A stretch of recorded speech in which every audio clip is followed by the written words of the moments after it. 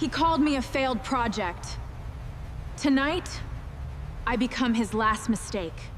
The door did not slam. That was the thing Vivian Harlow remembered most clearly afterward in the cold weeks that followed. When she replayed that Tuesday night, the way a person replays a car accident frame by frozen frame, searching for the moment she could have swerved. The door closed with a soft, deliberate click.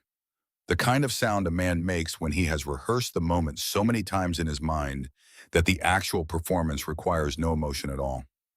Preston Aldridge had been planning this for 11 months. The click of that lock was the period at the end of a sentence he had been composing since January. Vivian stood on the sidewalk outside their Gold Coast penthouse on Astor Street and looked up at the building the way a person looks at something they are seeing for the last time. The sleet had begun an hour earlier, that particular Chicago cruelty that is neither rain nor snow but something meaner than both, and it had already soaked through her wool coat and into the collar of her blouse. Her single leather duffel bag rested against her ankle.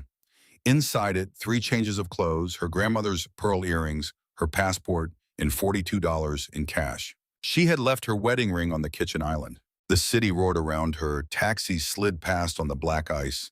A couple hurried by under a single umbrella pressed together and laughing at something private entirely sealed inside their warm world. A doorman 3 buildings down glanced at her and looked away. Nobody stopped. Nobody ever stops in Chicago in November. Vivian picked up her bag and began to walk. She walked south first, then west, without direction or conscious destination, letting the cold air do what it was good at, which was numbing things. The shock was still acting as a buffer between her and the full weight of the night, and she was grateful for it. Grief would come. The grief of the diagnosis alone, setting aside everything else that had happened in the last 6 hours, would eventually flatten her. But not tonight. Tonight she needed to think clearly, and grief and clear thinking do not occupy the same room at the same time. 6 hours earlier, the walls of Dr. Still's office had been painted a color that the invoice probably described as sage, and that Vivian had always privately thought of as the color of giving up. It was a color chosen by someone who understood that the people sitting in those chairs were about to receive news they could not argue with, and that the best the room could do was ask them not to make a scene. Dr. Warren Stills had the manner of a man who had delivered bad news so many times that he had developed a practiced gentleness the way a very good carpenter develops a feel for the grain of wood before applying pressure. He adjusted his silver-rimmed glasses. He opened the thick manila file that represented 2 years of Vivian's body being tested and measured and found wanting. The file was thick because they had been thorough, and they had been thorough because she had asked them to be, had pushed for every additional test and every alternative diagnosis because she had not been willing to accept the conclusion until every other door had been closed behind her. He said the words slowly and clearly because he respected her enough not to soften them into meaninglessness. The scarring from the undiagnosed endometriosis was too severe. The ovarian reserve had declined further since the last round of tests. Natural conception was not possible. Ibasayev carried odds so poor that he could not, in good conscience, recommend another cycle. A specialist in New York had reviewed the imaging and reached the same conclusion. Her uterus, he said, with the quiet precision of a man reading from a medical report rather than a human life, could not support a pregnancy. Vivian had nodded slowly. She had felt the words arrive in her body, not all at once, but in sequence the way water finds the low places in a room after a flood filling one hollow and then the next. Virtually zero. Too severe. Cannot support. She thanked him. She stood up and smoothed her coat. She walked out of Northwestern Memorial and into the November wind without taking a cab because she needed the freezing air to do its work on her before she arrived home, before she had to look Preston in the face and say the words out loud. She had been planning on that walk how to tell him. She had been thinking about adoption, about the other paths available to them, about the family they could still build from a different kind of love. She had believed on that walk that she was walking toward a conversation, toward a door that would open onto something difficult but navigable. She had been a fool. She understood that now, walking west through River North with sleet in her hair and $42 in her pocket. She had arrived at the penthouse 2 hours earlier than expected. She had let herself in quietly because her hands were cold, and she was fumbling with the key card, and she was thinking about nothing except getting inside and sitting down and saying the words out loud for the first time to the man she had believed until approximately 40 minutes ago was her partner in the deepest sense of the word. The office door had been open 3 inches. She heard Claudine Voss first. Claudine was the senior legal counsel for Aldridge Holdings, a woman with the kind of precise blonde elegance that always made Vivian feel slightly underdressed at company events. Claudine had a voice built for courtrooms, carrying and exact, and it carried perfectly through the 3-inch gap in the office door. The prenuptial infertility clause is airtight. She gets nothing. The failure to conceive nullifies the 50-50 asset split entirely. You walk away clean. Vivian stopped moving. She stopped breathing. Preston's voice, when it came, was the voice she had fallen in love with 6 years ago in a rooftop bar in Wicker Park, warm and assured and faintly amused by the world. It was the same voice. It contained none of the distress of a man whose wife had just received devastating medical news. It contained none of the grief of a man contemplating the end of his marriage. It contained the tone of a man reviewing a business transaction that was proceeding exactly as planned, with the mild satisfaction of someone who has been patient through a long process and is finally watching it reach its conclusion. I have been preparing the paperwork for 11 months. She was always a project, Claudine, a failed one. Vivian stood in the hallway for a long moment. The 4 years sat somewhere behind her, unreachable for now. The embryo transfers that had failed. The injections she had administered to herself in the bathroom at 6 in the morning before going to work, pressing the needle against her thigh, with the focus of someone who has learned to separate the act from its meaning until later. The evening she had driven home from the clinic alone in November traffic with the radio off, not trusting herself to hear music or voices or anything that might collapse the careful structure of composure she had assembled around herself. The night she had cried in the shower, running the water loud enough to cover the sound, because Preston had said once early in the treatments that watching her grieve the failures made it worse for him, and she had taken that seriously, had tried to protect him from her grief, had carried it alone because she loved him. She thought about the safe, a heavy steel floor safe beneath the Persian rug in the corner of his office. A Browning, she believed, based on the logo she had glimpsed when she had found the rug edge lifted one afternoon while she was looking for a pen. Preston had told her it was for important documents, insurance policies, that sort of thing, and she had not pressed him because she had still been in the part of their marriage where she accepted his explanations without examination. She had managed their personal finances for the first 2 years. She had done it well, with the focused precision of a woman who had grown up without resources and had learned that financial literacy was not optional for people who could not afford mistakes. She had seen the routing numbers. She had seen the account codes going through their joint accounts before the money disappeared into offshore structures. She had noticed the shell company name Crestline Capital appearing at the edges of transactions that Preston had begun handling personally sometime in 2020. She had asked about it once and been told it was a holding entity for some real estate in the Cayman Islands. Nothing complicated, he would explain it properly when he had more time. He had never had more time. She had stopped asking. She had shifted her attention to the fertility treatments, to the hormone schedules and the clinic appointments, and the enormous project of trying to become a mother. And she had let the financial questions sit in the back of her mind, where she kept things she intended to return to and had not yet returned to. She stood in the hallway for 60 seconds, which was long enough to understand everything she needed to understand about the next chapter of her life. Then she straightened her spine, walked to the office door, and pushed it open. Preston was leaning against his desk with a glass of scotch. His tie loosened, his jacket still on. Claudine was on the leather sofa, legs crossed, her own drink, half finished, a yellow legal pad open on the cushion beside her. They both looked up. Preston did not drop his glass. He did not look guilty. He looked mildly inconvenienced, the expression of a man who has been caught leaving a party early and is slightly irritated that he now has to say goodbye. "You are home early." Vivian crossed the room and picked up the thick bound document sitting on his desk. She turned it over. She read the cover page. The words "Petition for Dissolution of Marriage." The date of filing, which was 30 days in the future. The 11 months of preparation visible now as 11 months of patience, of watching her attend appointments alone and inject herself with hormones and carry her grief in the shower while he sat in his office drafting the paperwork that would remove her from his life as cleanly as a line item from a budget. She placed the document back in front of him with a precision that she hoped communicated everything she needed it to communicate. She said, "You forgot one thing. For the first 2 years of this marriage, I managed our personal finances. I know exactly where your real money is." Preston looked at her for a moment.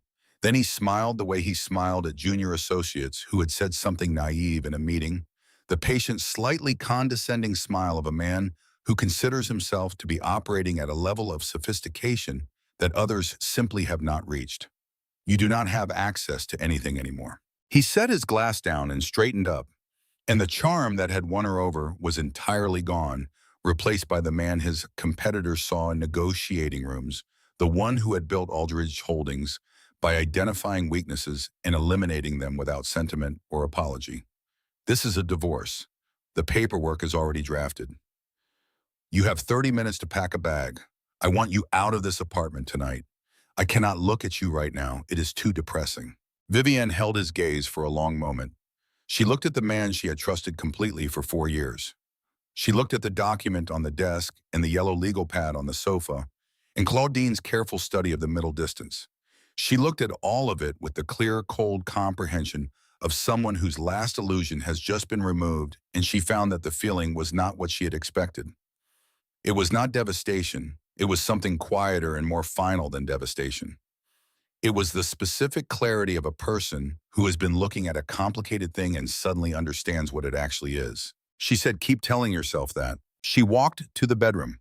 She packed one bag, moving efficiently through the closet and the bathroom, taking only what was genuinely hers: the clothes she had owned before the marriage, her grandmother's pearl earrings from the jewelry box, her passport from the nightstand drawer. She left every piece of jewelry he had given her in its original velvet pouch. She left the Hermes coat he had bought her for Christmas 2 years ago hanging on its hook in the closet because it had been a purchase, not a gift, and she was finished accepting purchases in the shape of gifts. She walked to the kitchen and removed her wedding ring and set it on the marble island with the deliberate gentleness of a person setting down something they are glad to be rid of.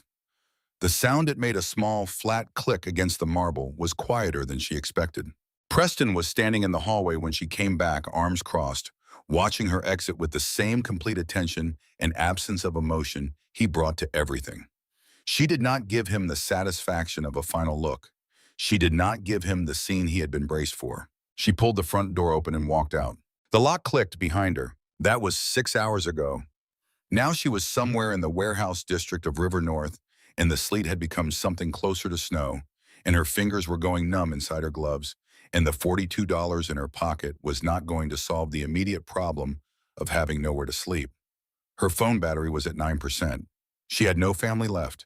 Her parents had died in a car accident during her sophomore year of college, and she had built her adult life with the focused intensity of someone who had learned early that the only reliable structure was the one you constructed yourself from whatever materials were available without waiting for rescue.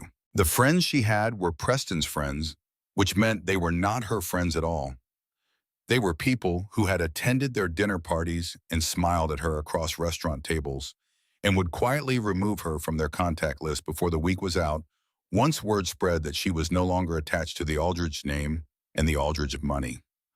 She had understood this for some time in the way you understand things you are not quite ready to examine, and the understanding did not surprise her now. She found a bus shelter at the edge of the River North Warehouse District, a rusted metal structure that offered minimal protection from the wind, but at least kept the snow off. She sat on the freezing bench and pulled her knees to her chest and looked at her nearly dead phone. She did not search for hotels. She did not try to call anyone.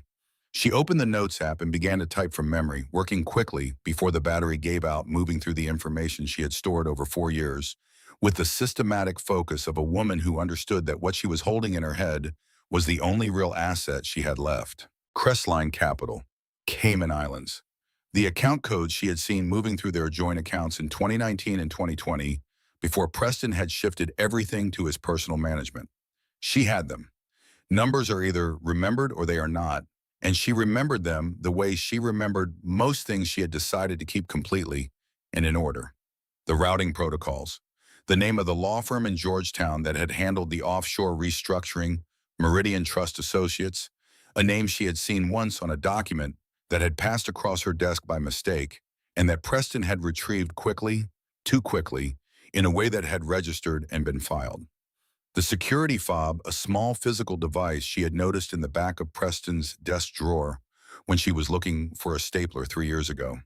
She had picked it up, looked at it, put it back, and remembered everything about it, its size, its color, the small logo on the back, the drawer it lived in.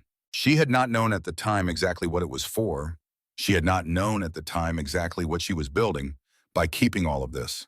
She had simply learned growing up without parents and without a safety net that information was the one currency that did not depreciate and could not be repossessed. She finished typing, 93 items. She read through the list, once added 2 more details she had nearly missed, and pressed save. Then she sat back on the freezing bench and looked at the snow falling on the empty warehouse street. Preston Aldridge had spent 11 months preparing to throw her away.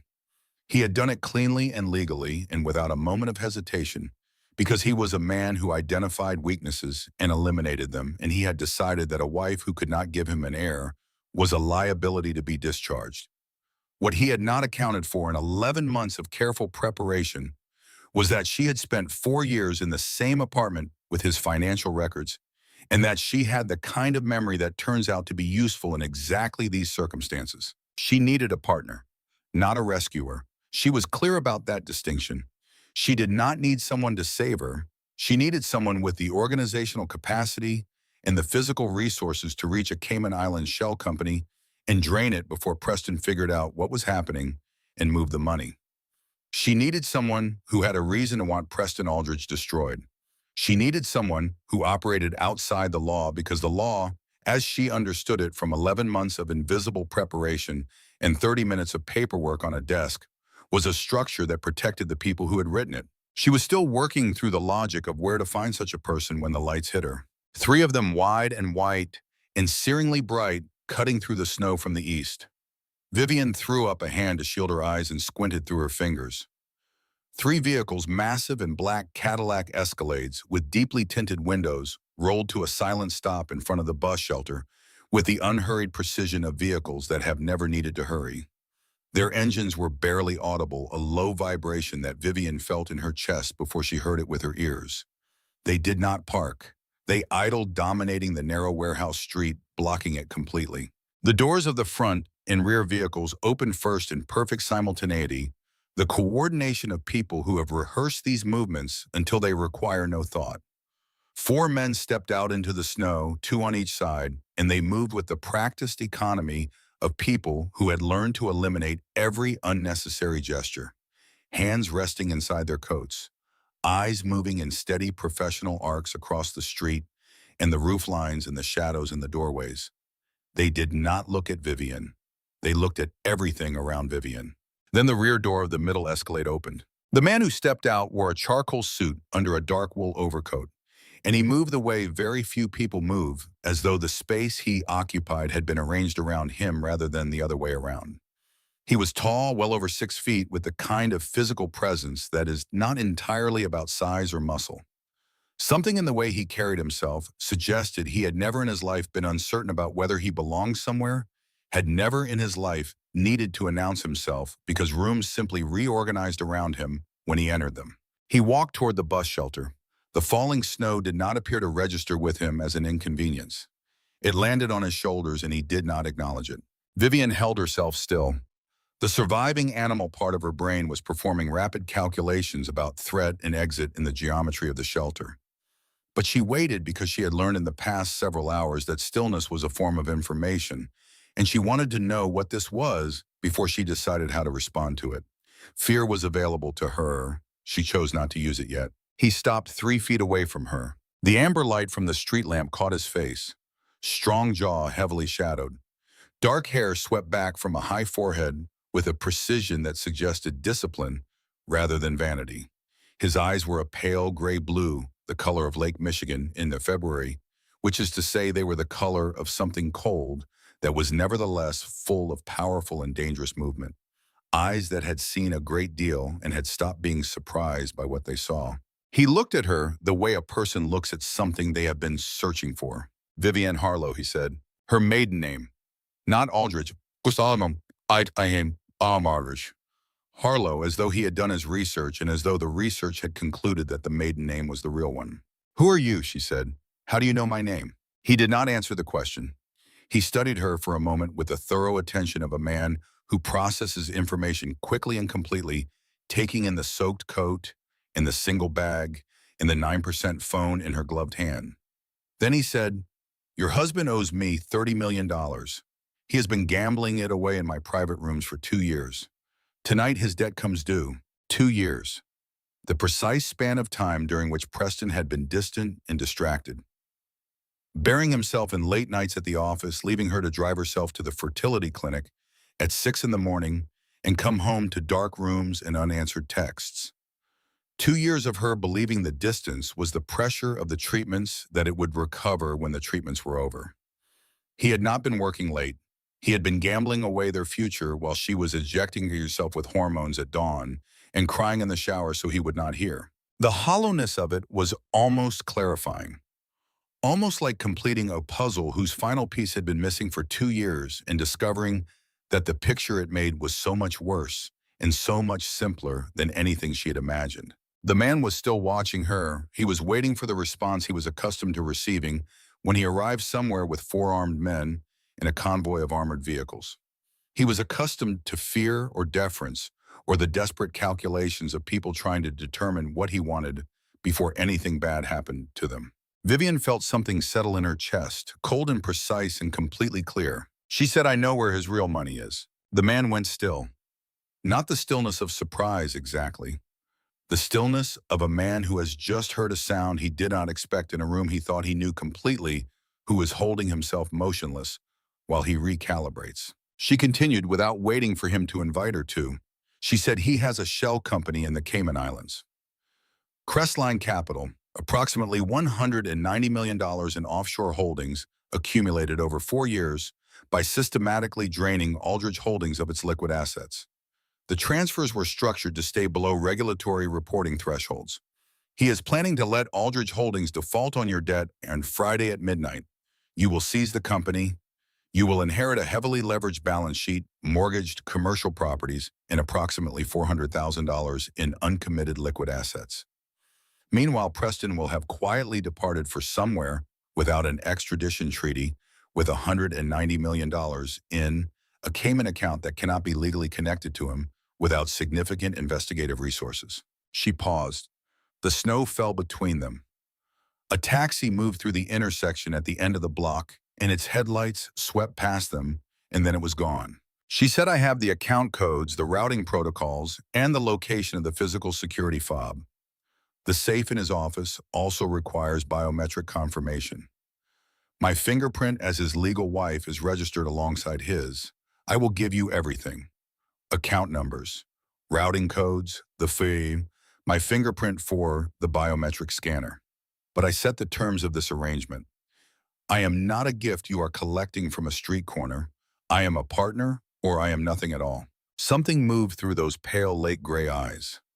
Something that was not quite admiration, but was in its neighborhood. Something that suggested he had not, in a long and thoroughly complicated career, frequently encountered a woman sitting alone in a bus shelter in a snowstorm who responded to the arrival of an armed convoy by immediately negotiating terms. He said, "Your name first." A pause, barely perceptible. Then Raffaele Conti. She had heard the name at once at a dinner party 18 months ago, spoken in a lowered voice by a corporate attorney who had then immediately changed the subject and looked at the room to see who had been listening. She understood hearing it now in the amber light of a warehouse street in November. What kind of organization she was dealing with, and what kind of man was standing 3 feet away from her in the snow. She understood that she was not being offered safety. She was being offered a transaction, and transactions with men like this carried their own particular weight and their own particular terms. She also understood that she was sitting in a bus shelter with $42 in a dying phone, and that Preston Aldridge had spent 11 months arranging for her to end up exactly here, and that sitting on this bench until the cold finished what he had started was not dignity. It was just a slower version of losing on his terms. She stood up. She picked up her bag. Before she could reach for it, one of the guards had already lifted it with a practiced efficiency that was somehow more unsettling than aggression, would have been the efficiency of people for whom these actions are entirely routine. Raphael Conti turned and walked back toward the middle escalade. Vivian followed him across the icy sidewalk. He opened the heavy armored door, and she stepped up into the heated interior, and the door closed behind her, and the sound of the Chicago winter disappeared as completely as if it had never existed. The interior of the Escalade was dark and warm and utterly soundproofed. It smelled of leather and dark tobacco and something expensive that did not announce itself. A thick partition of bulletproof glass separated them from the driver and the man riding shotgun. Outside the heavily tinted windows, the city moved past in amber shapes, blurred and remote, as though they were observing it from a very great distance. Raphael sat beside her and poured a measure of amber liquid from a crystal decanter into a heavy tumbler. He held it out without a word. She took it. Her hands were shaking slightly from the cold, or the adrenaline, or the simple physiological shock of having the entire structure of her life dismantled in the course of a single evening. The liquor burned a path through the center of her chest that was one of the more welcome physical sensations she had experienced in recent memory. She held the glass in both hands and let the warmth move through her. "Where are you taking me?" she said. "My home, Lake Forest." She looked at the blurred lights of the Gold Coast passing outside the window. Then she said, "And I need you to understand something before we go further. I am not doing this because you arrived tonight and I had nowhere else to go. I am doing this because Preston Aldridge spent 4 years treating me as an accessory to his ambitions, and when I turned out to be in his assessment defective, he tried to discard me with nothing. I have information that can destroy him completely and recover everything he owes you, plus $160 million more. I am offering you that information in exchange for the resources to act on it. This is a business arrangement between equals. I intend to be treated as an equal party to it." Raphael looked at her for a moment. His expression was controlled and revealed nothing. Then he said, "Preston Aldridge is a fool." It was, she understood, the closest thing to an endorsement she was going to receive in the immediate term, and she recognized it as such. She turned back to the window. The city thinned as they moved north. The towers of the Gold Coast gave way to the quieter streets of the northern suburbs. Snow was falling more heavily now, softening the edges of everything, making the world outside look like something that had not quite been decided. Vivian sat in the warm dark and thought about the next 72 hours with the focused intensity of a woman who had spent months learning to be calm in rooms where the outcome was not in her control and to think clearly anyway. The debt came due at midnight on Friday. Today was Tuesday. She had 3 days. She had his account codes. She had the name of the shell company. She had the location of the fob and the combination to the safe and the biometric authorization that only she and Preston possessed. She had organized all of this in a notes app on a dying phone in a bus shelter in the snow. What she needed now was the machinery to act on it. The estate at Lake Forest appeared through the dark and the snow like something out of a different century. The convoy turned off the highway onto a private drive flanked by old oak trees whose bare branches met overhead, and the headlights swept across them in a slow procession, throwing the branch shapes briefly into relief before returning them to darkness. Wrought iron gates opened silently as the vehicles approached, operated by something unseen, and the drive curved through a wide white lawn and arrived at a stone Tudor mansion that sat at the end of it with the settled authority of a building that had been there for a very long time and had no intention of going anywhere. The SUV stopped under a covered entrance. An armed guard opened her door. Raphael stepped out ahead of her and turned and offered his hand, a practical acknowledgement that the step down was significant and the ice was everywhere. She took it. His hand was warm through the glove. The interior of the house was very large and very quiet and furnished with the severe elegance of someone who had money but considered display a form of noise. Black marble floors, a chandelier that illuminated without performing, a staircase that curved upward with a restraint that was paradoxically more imposing than ostentation would have been. The whole place had the quality of something that did not need to prove itself. A woman appeared from a side corridor, older with warm dark eyes and the practical efficiency of someone who had been managing large, complicated households for a long time and found the work genuinely interesting. This was Harriet. She looked at Vivian with careful neutrality and a readiness to help that contained no judgment and asked no questions. Raphael said, "This is Miss Harlow. She will be staying indefinitely. East Wing Suite, whatever she needs." Harriet looked at Vivian for a moment. Then she said, "This way, Miss Harlow," and led her toward the staircase with a warmth that felt after the night Vivian had just endured like the first genuinely human thing she had encountered in hours. Vivian paused at the bottom of the stairs and turned back. Raphael was standing in the center of the foyer, his overcoat over his arm, watching her. "She said I want to walk through the plan with you at 7 tomorrow morning." He looked at her for a moment. "Then I will be in my study at 7. She nodded and followed Harriet up the stairs. The East Wing suite was large and warm with a fireplace already burning. The bathroom had been arranged with quiet thoroughness, bath salts and warm towels, and a robe folded precisely on the chair.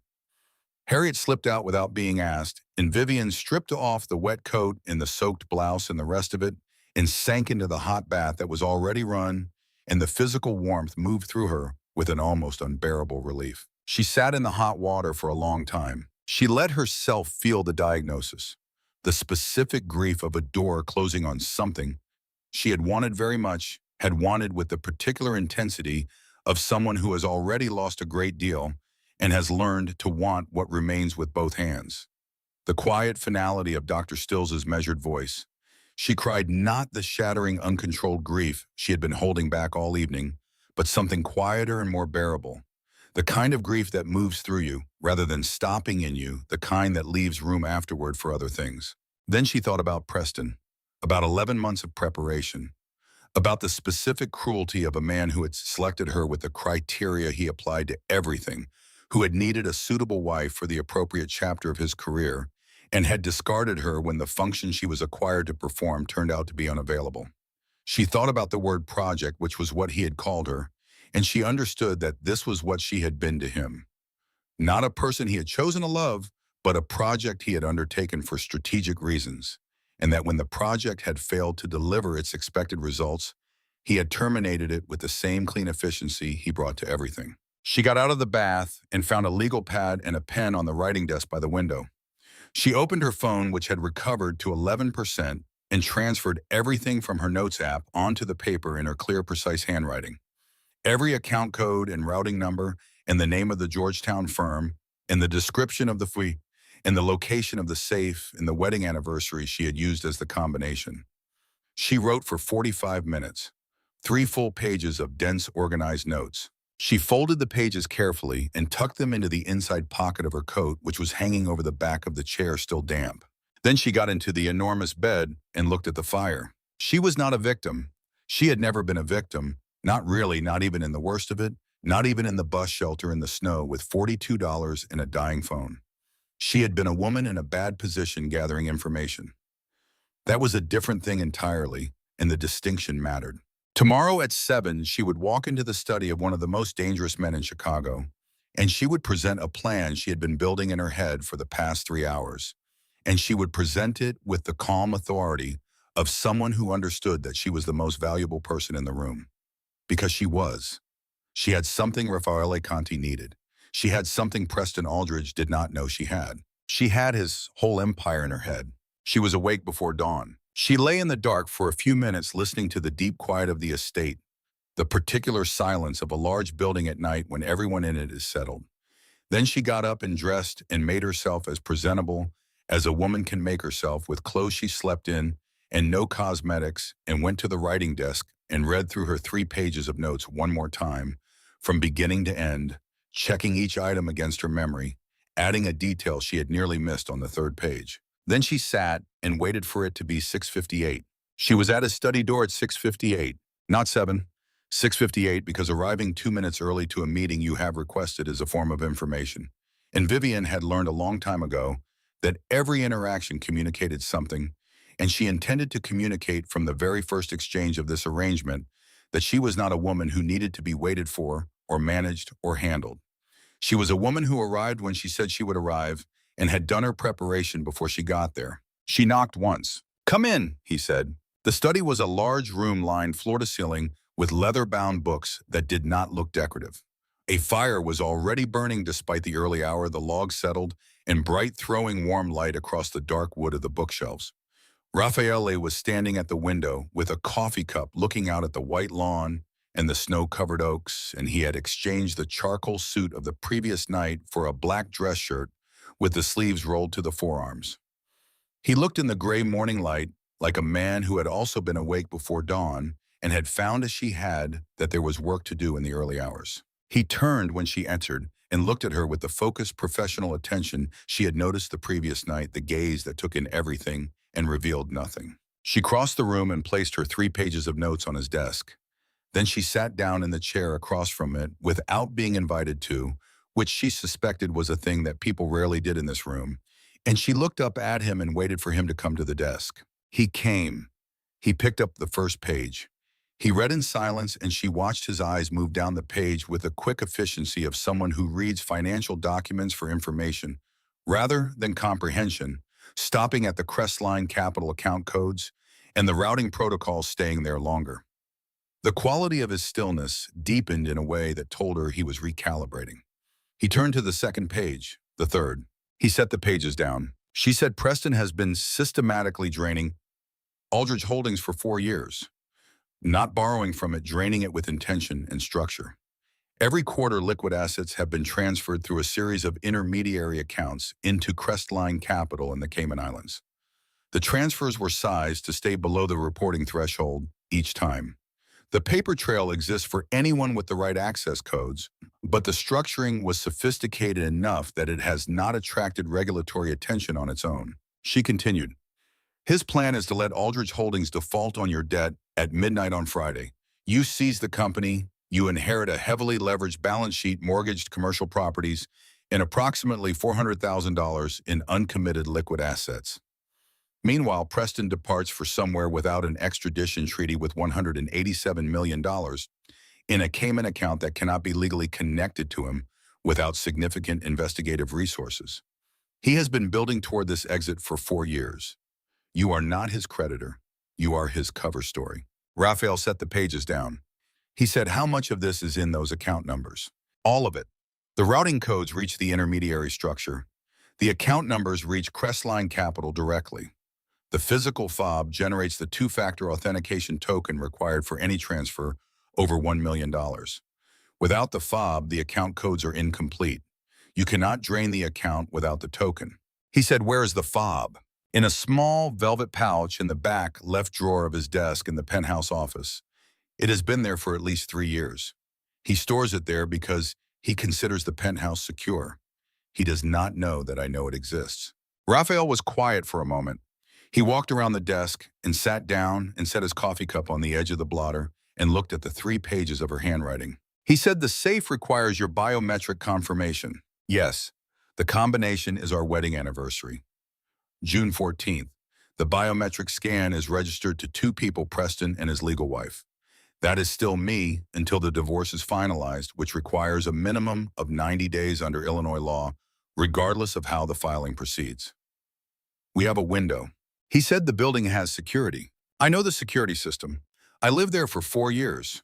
Aldo can handle the electronic components. I know the lobby guard rotation and the elevator timing and the camera placement on the 42nd floor. I can handle the rest. There was a pause. He said, you have planned this carefully for a woman who only learned about Crestline Capital during a conversation she was not meant to hear. She said, I have been observing Preston Aldridge for 4 years. I cataloged things I did not fully understand at the time because I grew up without a safety net and learned early that information is the only asset that cannot be repossessed. Last night I had 3 hours in a bus shelter, in a car, in a bathtub to organize 4 years of observation into something actionable. This is what I came up with. He looked at her for a long moment with those pale lake gray eyes. Then, you want to go into the building yourself. I need to go into this building. The biometric scan requires my physical presence. There is no workaround for that. And I need to be there when this is over. I need to be in the room when Preston understands what has happened to him. That was my condition when I got into your car last night, and it remains my condition this morning. Raphael said it is not safe. She said I did not ask for your assessment of the risk. I stated a condition of the arrangement. The silence in the study stretched for several seconds. The fire crackled. Outside the windows, the snow that had been falling all night was lighter now, more tentative, as though the sky had said most of what it needed to say and was deciding whether to continue. Then Raphael said quietly, Aldo. The door opened immediately. Aldo Ferrante came in from the corridor where he had apparently been standing since Vivian had entered the room, which told her something about how this household operated and what her presence in it was understood to mean. He was compact and precise with a scar cutting through his left eyebrow and the careful neutrality of someone who had learned to reserve judgment until it was professionally required. Raphael said, "She walks us through the building layout this morning. If the access window is viable, we move tomorrow night." Vivian said Preston has a dinner at Gibson's tomorrow night, 8 to 11. He has had it on his calendar for 3 weeks. I confirmed it this morning through our shared family account, which he has not yet removed me from, because the divorce has not been filed and he believes I will have disappeared on my own before he needs to bother. The building will be empty of anyone who matters. Raphael looked at her, then at Aldo. Aldo nodded once and went out. Vivian spent the rest of the morning at the desk in the East Wing suite, working from memory to produce a detailed layout of the penthouse and the building's security infrastructure. The lobby camera positions, the guard desk, and the rotation schedule she had observed over 4 years of arrivals and departures. The elevator bank timing, the 42nd floor corridor, and the placement of the 2 cameras she knew about, and the one she suspected was newer based on a maintenance notice she had seen slipped under the door 3 months ago and had read before setting it on the counter. Harriet brought coffee at 9 and a sandwich at noon that Vivian ate without fully noticing while she was reading back through her own notes and checking the layout for gaps. At 2 in the afternoon, she brought the layout to Aldo, who spread it on a table in a small room off the main corridor and studied it with the focused attention of a man who spent a significant portion of his professional life thinking about buildings, what they contained, how they were defended, how a person moved through them without leaving a trace. He asked 3 questions. She answered all 3 without hesitation. He nodded once and went to work on the electronics side of the problem. At 4, she returned to the study. Raphael was on the phone speaking in Italian rapid and low. He held up one finger without looking at her, which she took to mean wait rather than leave, and so she sat in the chair across from his desk and looked at the fire and waited. He finished the call and set the phone down. She said, "I want to understand something. You came to that bus shelter last night knowing my name. You used my maiden name. You had information about me before the debt came due. I want to know why you came yourself rather than sending someone." Raphael looked at her. The silence lasted long enough that she thought he might not answer. Then he said, "We monitor the families of people who owe us significant amounts. Assets, properties, relationships. It is standard practice." She said, "That is a professional answer. I am asking a different question. You came yourself. You came in person in a convoy to a bus shelter in River North at 10 at night in a snowstorm to collect a woman your organization had assessed as a potential asset in a debt recovery situation. That is not standard practice. That is something else." The fire moved in the grate. Somewhere in the house, a door opened and closed. Raphael looked at her with those pale eyes that contained more movement than their stillness suggested. He said, "My mother, Chicago, 1991. A man decided she was no longer useful to him. He put her out in the winter with nothing. She was 31 years old. He stopped. He was not a man who stopped in the middle of sentences. The stopping meant something. She waited. He said no one stopped. The sentence sat in the room between them like something solid and heavy that had been set down without warning. Vivian understood hearing it that she was receiving something not given often or easily. She understood why he had come himself to that particular bus shelter on that particular night. What it had meant to him to find her there, not weeping, not helpless, not waiting to be saved, but sitting in the snow with a dying phone writing account codes from memory. She did not offer him sympathy. She understood instinctively that sympathy would be the wrong currency in this exchange. She reached across the desk and placed her 3 pages of notes on the blotter in front of him and said, "Then let us make sure Preston Aldridge pays for both of them." He looked at the pages for a moment. Then he looked at her. He said, "We move tomorrow night." The following evening it arrived with the specific quality of clarity that follows heavy snow. The air sharp and still, and the city lit with a brightness that had no warmth in it. Vivian dressed in dark clothes and came downstairs at 9:15 to find 4 men in the foyer, and Aldo standing by the door with a small equipment bag that she did not ask him to explain. Raphael was at the bottom of the stairs. He was dressed in black, and he looked at her as she came down and said, "You do not have to do this part." She picked up her coat from the chair by the door and put it on. She said, "I know that. I am choosing to." He held the door open without further argument. She understood in his silence that this was how he registered respect. The drive into the city took 40 minutes. Vivian sat beside Raphael in the rear of the middle Escalade and watched the suburbs thin into the city and felt with increasing clarity the strange experience of moving toward a place that had been home and understanding that home was the wrong word for what it had been. An address, a location, a stage for a performance that had been dismantled while the audience was watching something else. Aldo dealt with the electronic security in 4 minutes and 12 seconds. Then they were in the elevator rising in silence, and the elevator opened onto the 42nd floor, and Vivian led the way down the corridor she knew exactly as well as the inside of her own hand. The penthouse door opened to her keycard. She walked in ahead of the others. The apartment smelled of Claudine Voss's perfume, something expensive and floral that had settled into the air like a territorial marker. The kitchen island was empty, the ring already gone removed by someone in the day and a half since Tuesday night. She walked directly through the living room and the dining room and the kitchen and into the home office. She turned on the desk lamp. The room looked exactly as it always had. The heavy oak desk, the bookshelves lined with books arranged by height rather than subject. The bar cart in the corner with the scotch Preston drank and never shared. The Persian rug. She walked to the rug and lifted the edge and crouched over the floor safe. Brushed steel panel numeric keypad biometric scanner. She entered June 14th. She pressed her thumb to the biometric glass. The green light pulsed once. The door released with a hiss of pressurized air and swung open. Inside the black leather ledger, sitting on top of 2 banded stacks of emergency cash. And beside the ledger in a small velvet pouch, exactly as she had known it would be, the security fob.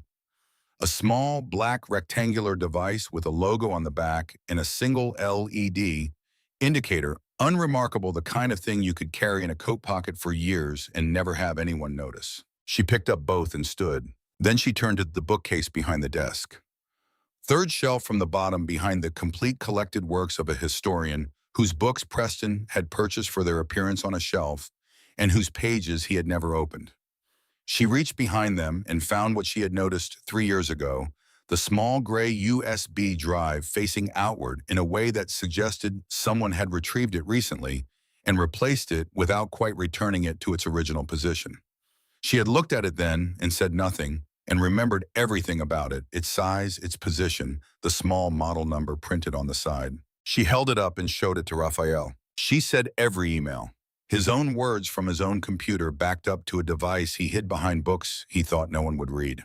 The complete correspondence between Preston and the Georgetown firm and the offshore banking partner who structured Crestline Capital. The evidentiary record of 4 years of structured financial fraud written in his own language and signed with his own name. Raphael looked at the USB, then at the ledger he had been turning in his hands, then at her. He said, "Is there anything in this apartment you did not know about?" Vivian considered this honestly. Then she said the scotch on the bar cart. "I never knew what brand he kept there." Something crossed Raphael's face that might in another man and in a different room have been a smile. He opened the ledger and began turning the pages with the careful efficiency of a man who reads financial documents for information. She watched his face as the numbers accumulated, watched him reach the total and go very still. He looked up at her, not 30 million, $187 million built over 4 years by a man who had decided the best exit strategy from a debt he could not pay was to hollow out his own company and disappear while his creditor was busy seizing the empty shell. The respect in Raphael's eyes was specific and earned, not the look of a man encountering something decorative or convenient. The recognition of one careful strategist looking at another. He said quietly and with finality, he threw away the most valuable asset he ever had. Vivian said yes, he did. They were back in the Escalade by 11:15. Aldo was already on his phone initiating the process of reaching into Crestline Capital with the codes and the fob and the authorization that would take 48 hours to fully execute through the offshore financial infrastructure. Vivian sat in the warm dark of the vehicle and felt the specific satisfaction of competence applied to a problem. She had known things. She had organized those things. She had acted on them. Whatever came next, Preston Aldridge was not going to be able to say that she had not seen it coming. She was aware of Raphael beside her in the dark, aware of the quality of his stillness, the way he existed in the same space with a self-containment that she had rarely encountered. A man who did not fill silence with performance or explanation. A man who was simply entirely present without the constant background noise of someone managing the impression they were making. She found it, to her mild surprise, deeply restful. She said 3 days from now, Preston is hosting his annual charity gala at the Palmer House. He uses it every year to project the financial health of Aldrich Holdings to the investment community. This year, he needs it to close a capital injection from Vanguard Capital before your midnight deadline on Friday. If he gets Vanguard to sign a letter of intent at the gala, he believes he can structure a payment to you while keeping the Crestline money hidden and accessible for when he runs. Raphael said he will not get Vanguard to sign anything. She said, I know, and I want to be there when he realizes it.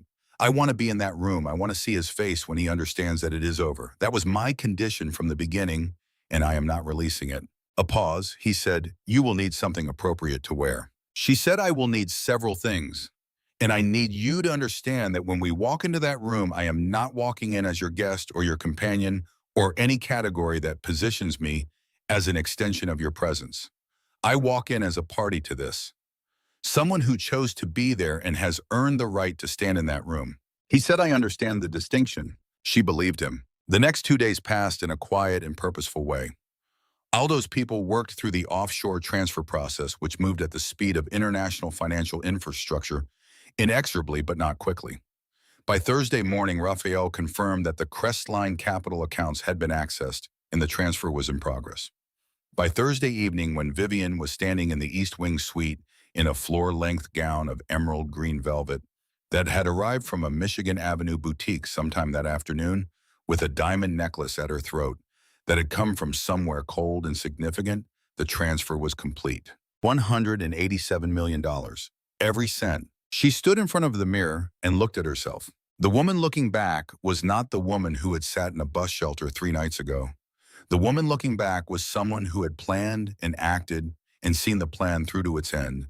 And the satisfaction of that was not triumph exactly, not the loud theatrical emotion that word implies, but something steadier and more sustaining than triumph, the satisfaction of having been in the most important moments entirely and recognizably herself. She put on the diamond necklace and went downstairs. Raphael was waiting in the foyer in a midnight blue tuxedo, and he looked at her as she came down with the focused attention he brought to everything, and she watched something move through his pale eyes that he did not entirely manage to contain before it resolved into composure. He offered his arm without a word. She took it. They walked out into the cold Chicago night together, and the convoy moved south toward the city, and Vivian looked at the lights of the lake through the window and thought about what she was about to do and found that her hands were steady. The Palmer House Hilton on Monroe Street was dressed for the occasion with the lush, ornate gravity of a building that had been hosting the ambitions and performances of Chicago's wealthy for over a century. The ballroom was full by the time they arrived. The low sound of a jazz quartet, the warm light of chandeliers, 200 people performing financial health and social confidence at one another with the disciplined, mutual understanding of people who have all agreed on the rules of the game.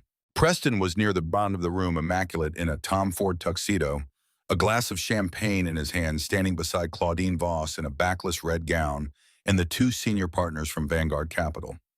He looked precisely as he always looked at these events, confident, controlled, slightly above the weather of whatever room he happened to occupy. Vivian saw him before he saw her. She watched him lean toward one of the Vanguard partners and say something that made the man nod and reach for his own drink. She watched Claudine touch his arm with a proprietary ease that told Vivian everything she had not quite let herself know for some time. She watched him check his watch with the unhurried manner of a man who believes the evening is proceeding exactly as planned. Aldo and the other men moved through the crowd without drawing attention, placing the document folders at the tables near the Vanguard partners with the quiet efficiency of a legal team distributing briefing materials.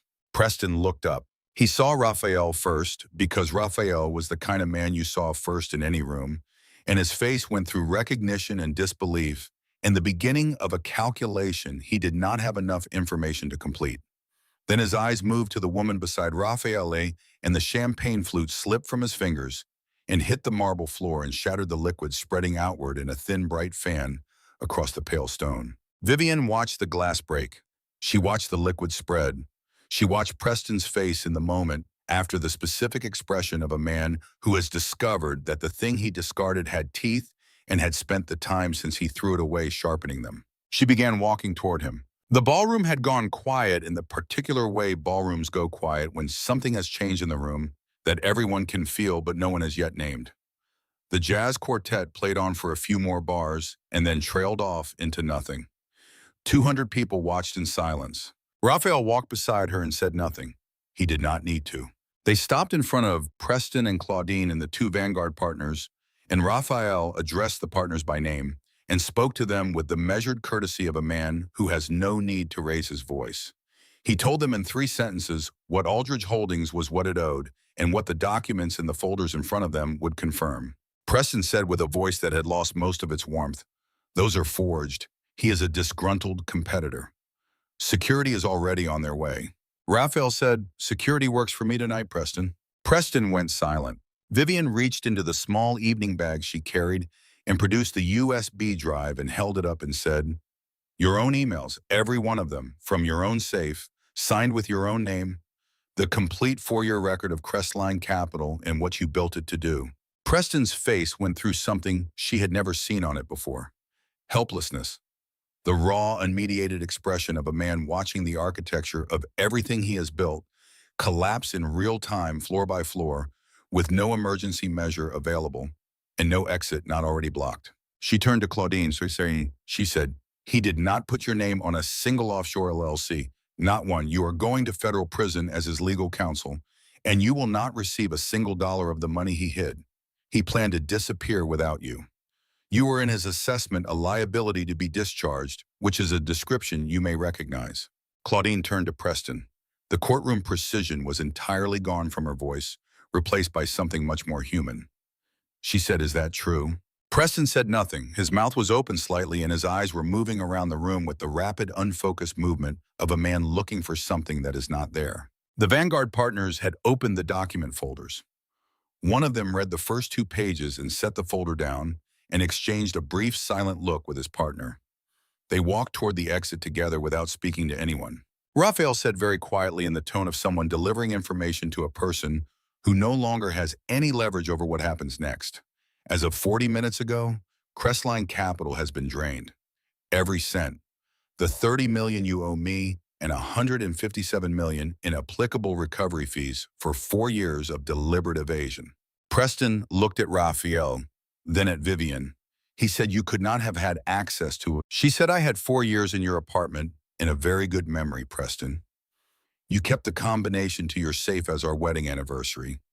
You registered my fingerprint as the secondary biometric because you needed a backup you could control.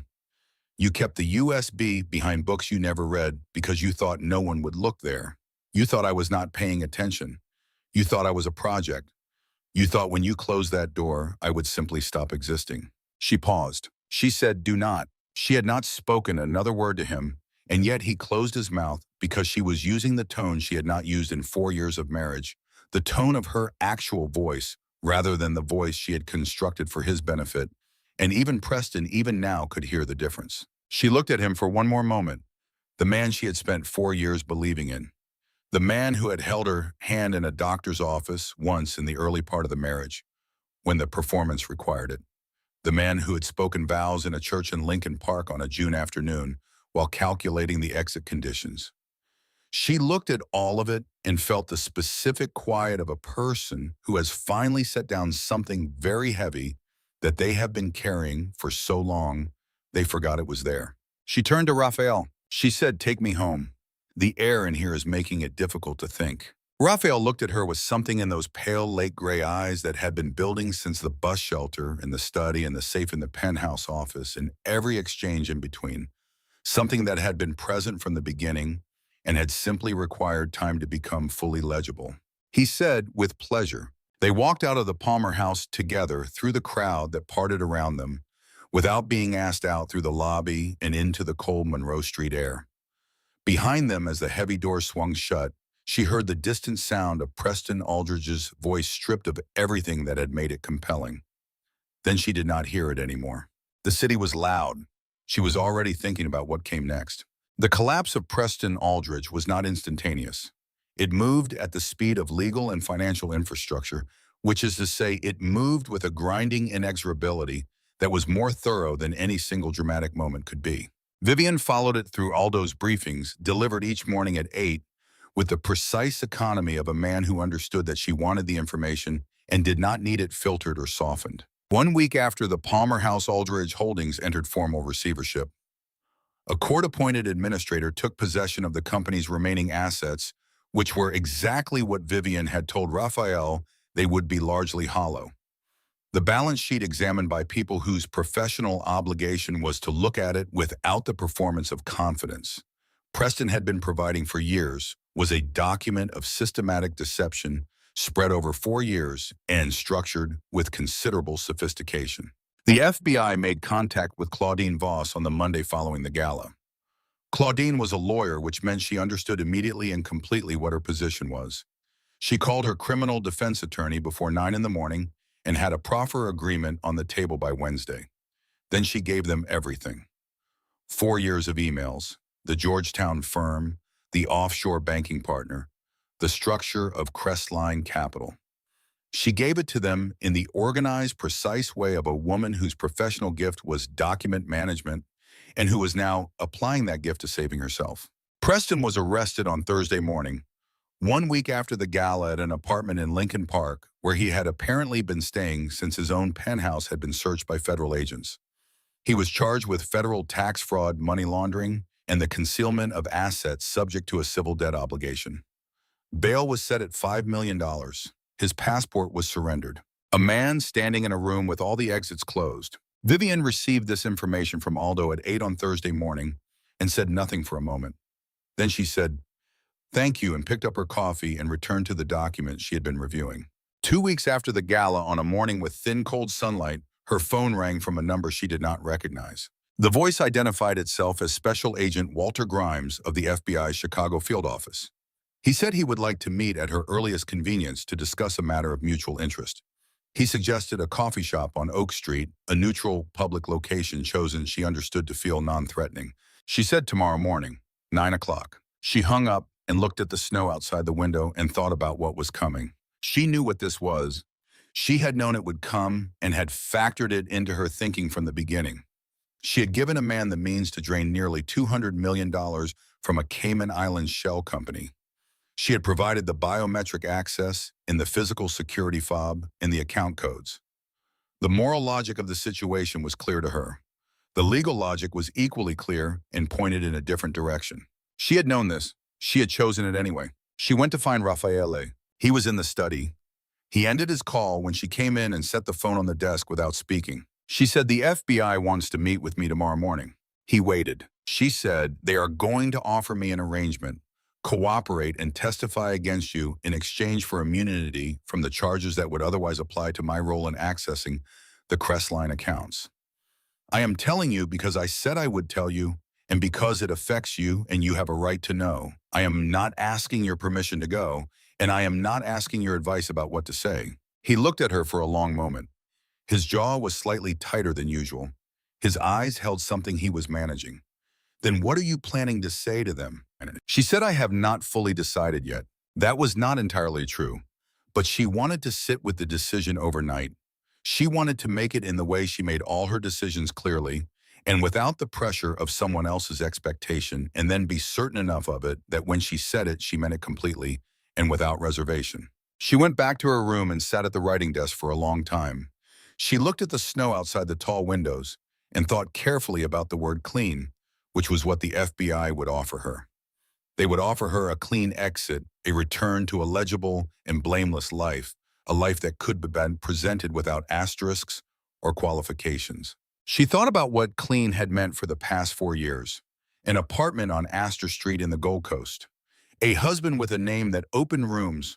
A life that looked correct from the outside because everyone in it had agreed to maintain the appearance of correctness. And the appearance of correctness depends on the continued good behavior of people you cannot control, which makes it the most fragile structure available. She thought about the bus shelter, the dying phone, the 3 pages of handwritten notes. She thought about Aldo in the corridor outside the study at 6:58 in the morning. She thought about the biometric scanner pulsing green in the dark of the penthouse office. She thought about the woman she had been in those moments, not performing anything for anyone, simply doing the thing that needed to be done with the tools she had and the knowledge she had gathered. She had been in those moments entirely herself. She slept well. In the morning, she dressed in a gray wool coat and told Aldo, who appeared at her door at 8:30 with an offer of a car and a driver, that she would walk. He looked at her with the expression of a man professionally obligated to disagree and personally sophisticated enough to understand that it would be pointless. He said, "I will be on the street outside." She said, "That is fine," and walked. The coffee shop on Oak Street was warm and smelled of espresso and the low, comfortable hum of a dozen separate conversations. Special Agent Walter Grimes was already there, which told her something about him.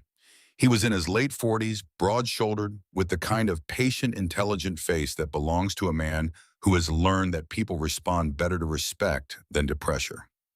He stood when she approached the table. He thanked her for coming. He waited until she had her coffee. Then he said, "Ms. Harlow, we have a clear picture of what happened over the past 3 weeks. We know you provided Raffaele Conti with access to a secure safe in the apartment you shared with Preston Aldridge, including biometric authorization. We know you provided him with account information and physical security credentials subsequently used to transfer nearly $200 million from an offshore account structure. These constitute federal offenses. I want you to understand that clearly before we go further." She said, "I understand it clearly." He said, "We are not primarily interested in you.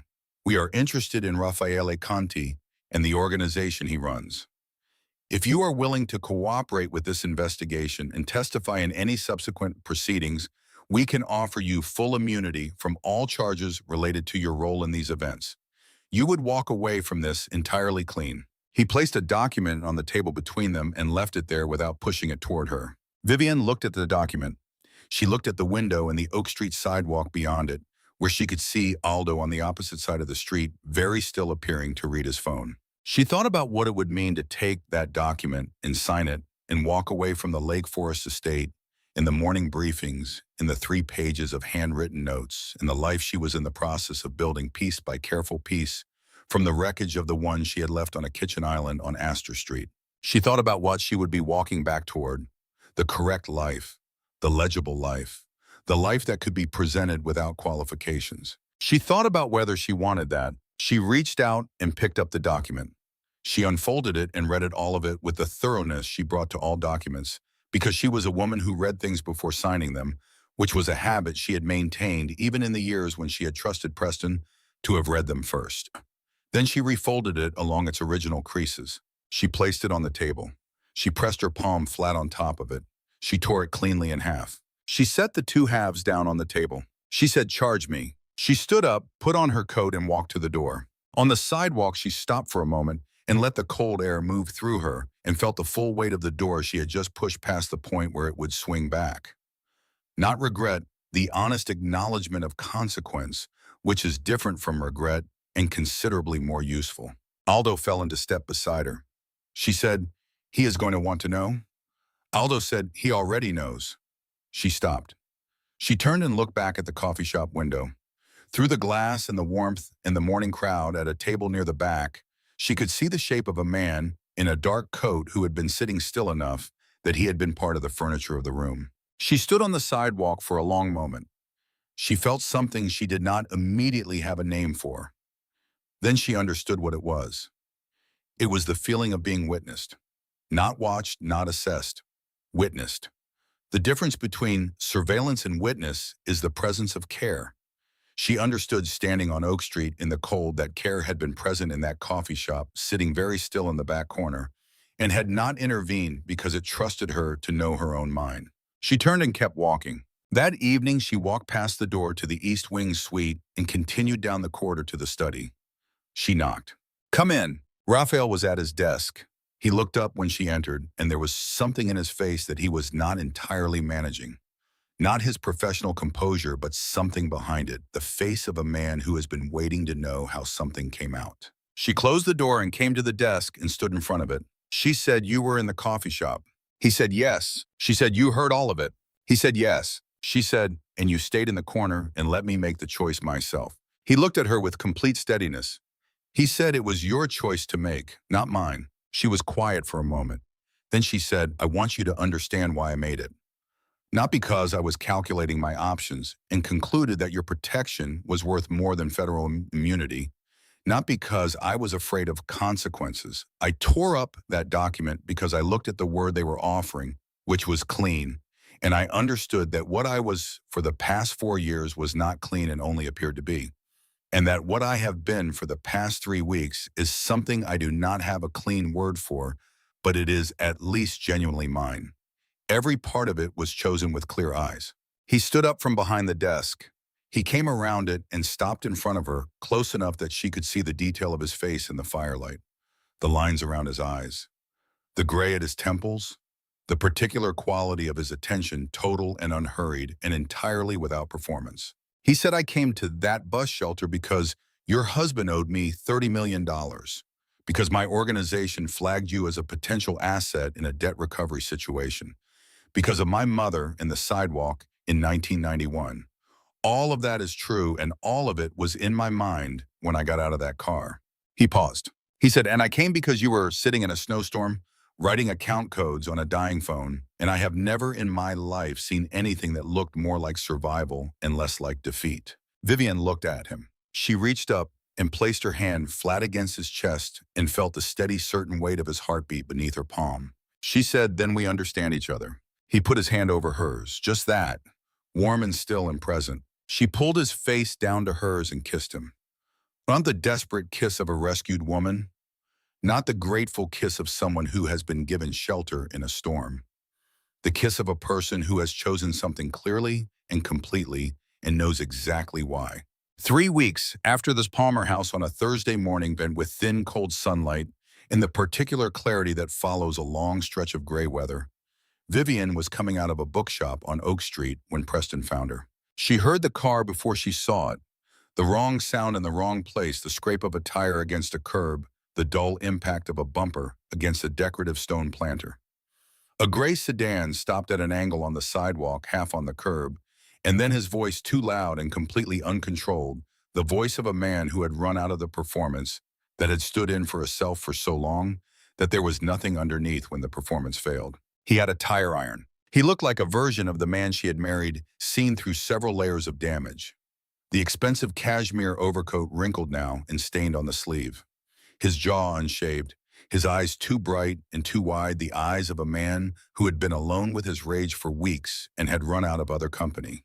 He was coming toward her across the sidewalk, and he was swinging the tire iron at his side, and he was screaming her name and screaming about what she had done and screaming that he was going to federal prison and it was her fault, and she had destroyed everything he had spent his life building, and he was going to make sure she understood what that cost him.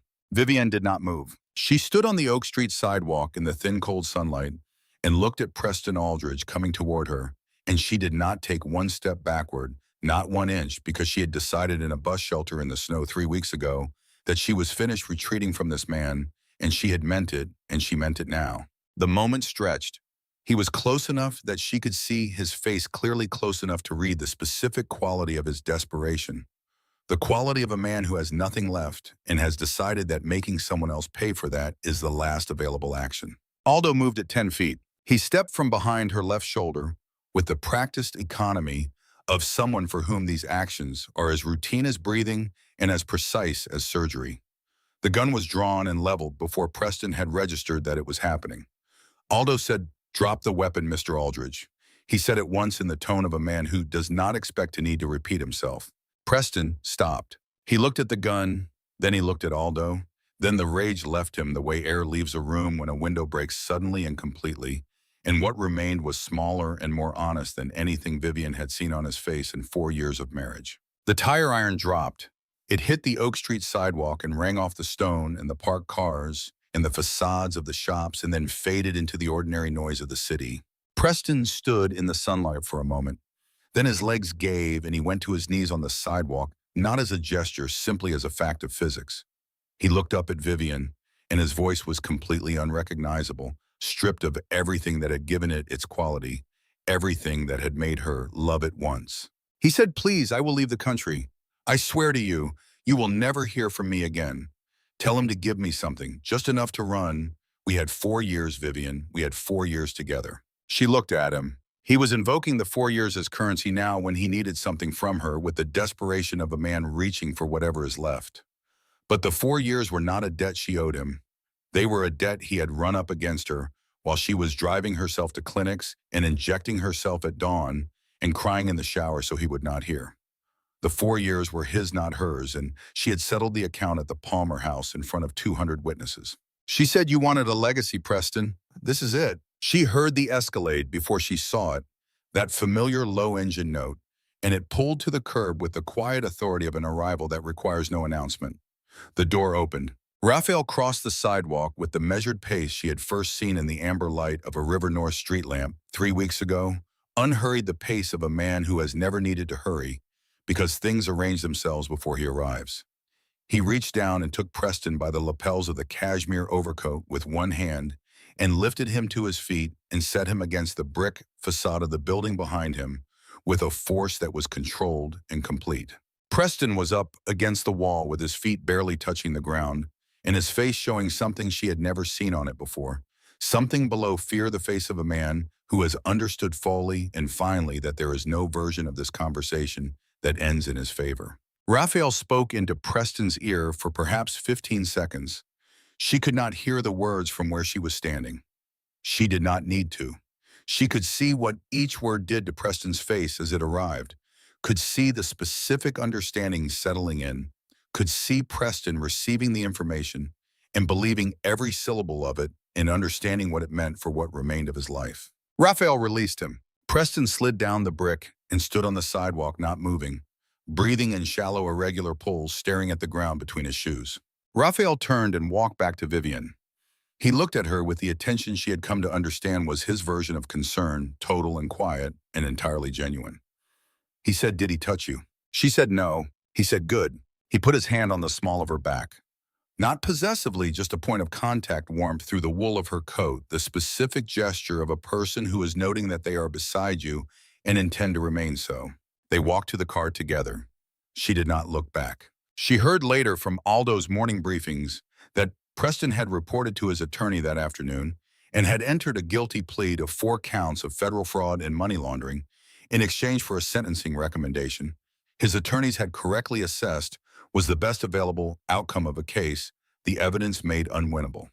He was sentenced to 9 years at Terre Haute Federal Correctional Institution. He reported to custody on a Tuesday morning in February, which was the same day of the week as the night he had locked his door behind Vivian and clicked off the outside light. She noted this and let it be what it was, a calendar coincidence, nothing more.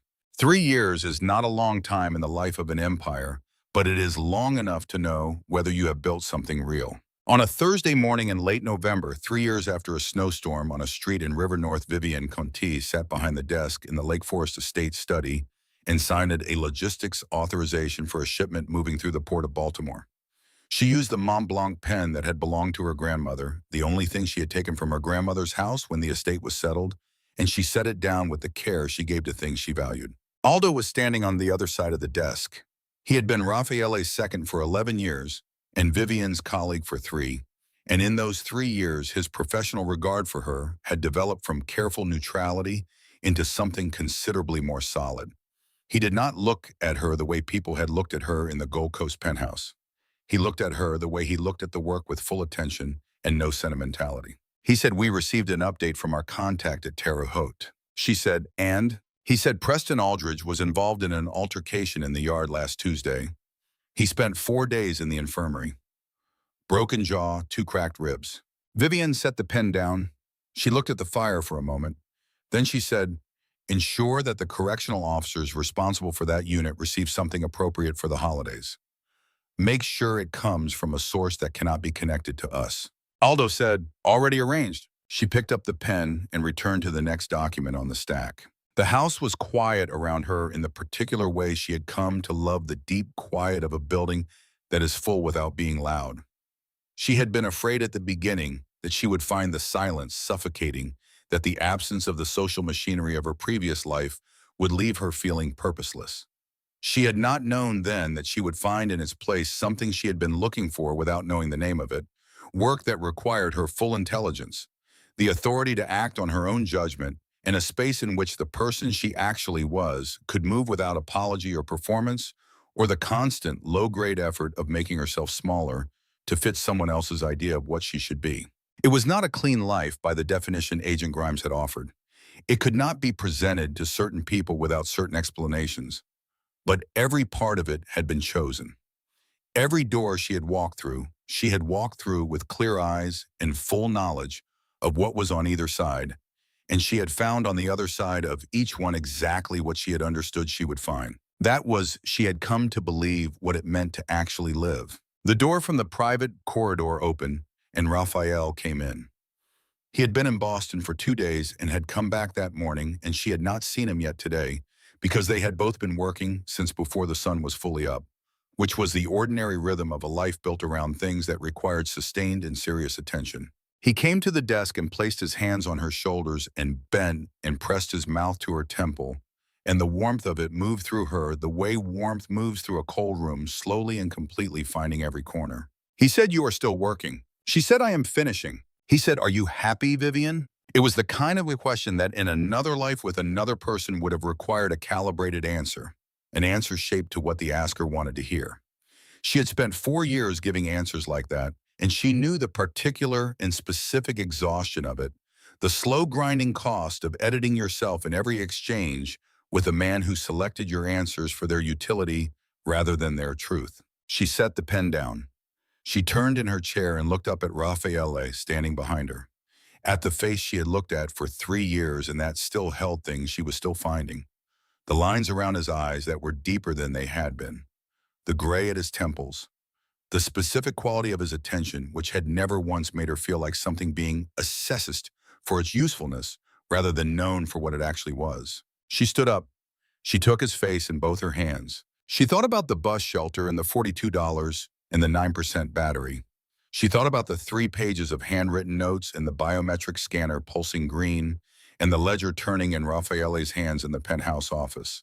She thought about the coffee shop on Oak Street and the torn document and the cold, clear feeling of a door swinging past the point where it will swing back. She thought about Preston on his knees on the floor of the Palmer house, and she thought about the ring she had left on a kitchen island, and she looked at the one she wore now, plain and heavy, a ring that made no promises about perfection, but held its weight in every weather and in every season. She thought about all of it for exactly 1 moment.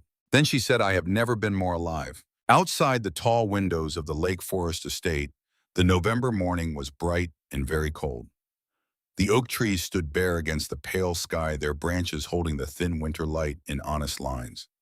The lawn was white with the first frost of the season, and the lake visible through a gap in the trees. To the east was dark and still, and full of the particular power of things that do not need to announce themselves. She had been in a stillness like this before. She had sat in it in a bus shelter with a dying phone and a $42 budget, and made the first of the choices that had brought her to this room, this desk, this life. She had learned in the years since that the stillness before things change was not a thing to fear or endure. It was simply the last quiet moment before the next part began, and the person you were in the stillness was the person who would navigate everything that followed. She was ready for what came next. She had been ready for a long time. Raphael's arms came around her from behind, steady and warm, and together they looked out at the cold, bright morning and the bare oaks and the lake beyond the trees. She was exactly where she had chosen to be. She had not planned on staying. That was the thing she would think about later.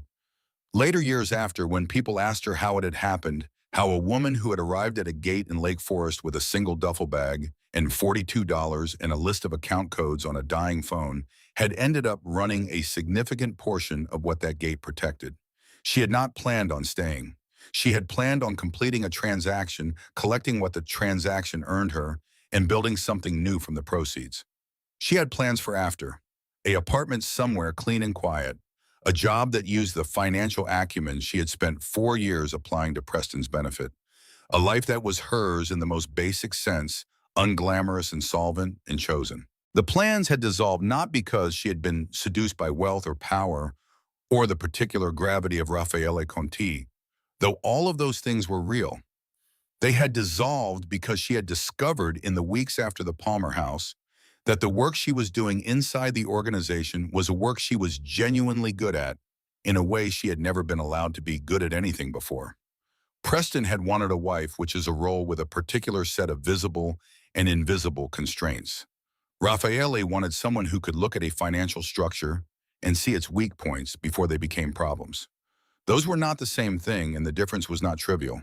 She had started in the second week helping Aldo think through a logistics problem in the Baltimore operation that she had identified in the morning briefing almost by accident. The way you notice a wrong note in a piece of music you know well.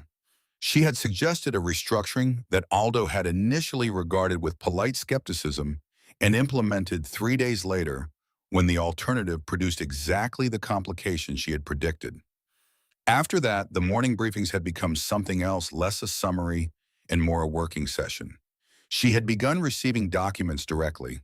She had begun having opinions about them that Raphael listened to in the study in the evenings, sitting across the desk from her, asking questions that were the questions of someone testing an idea rather than receiving a report.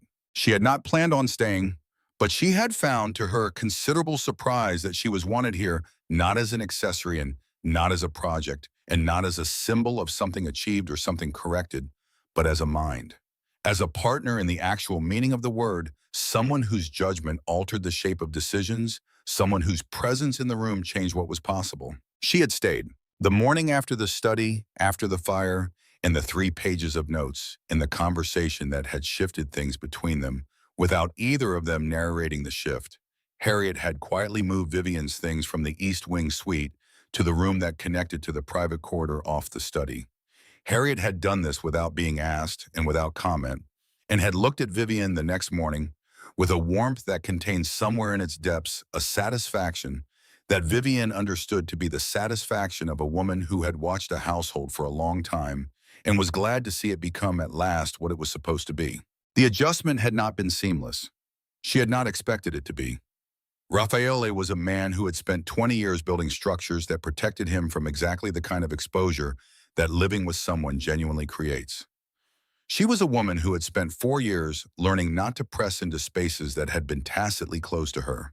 They had each in their different ways developed habits of self-protection that were so practiced they had become invisible, and discovering them in each other had required a period of patient and occasionally frustrating renegotiation.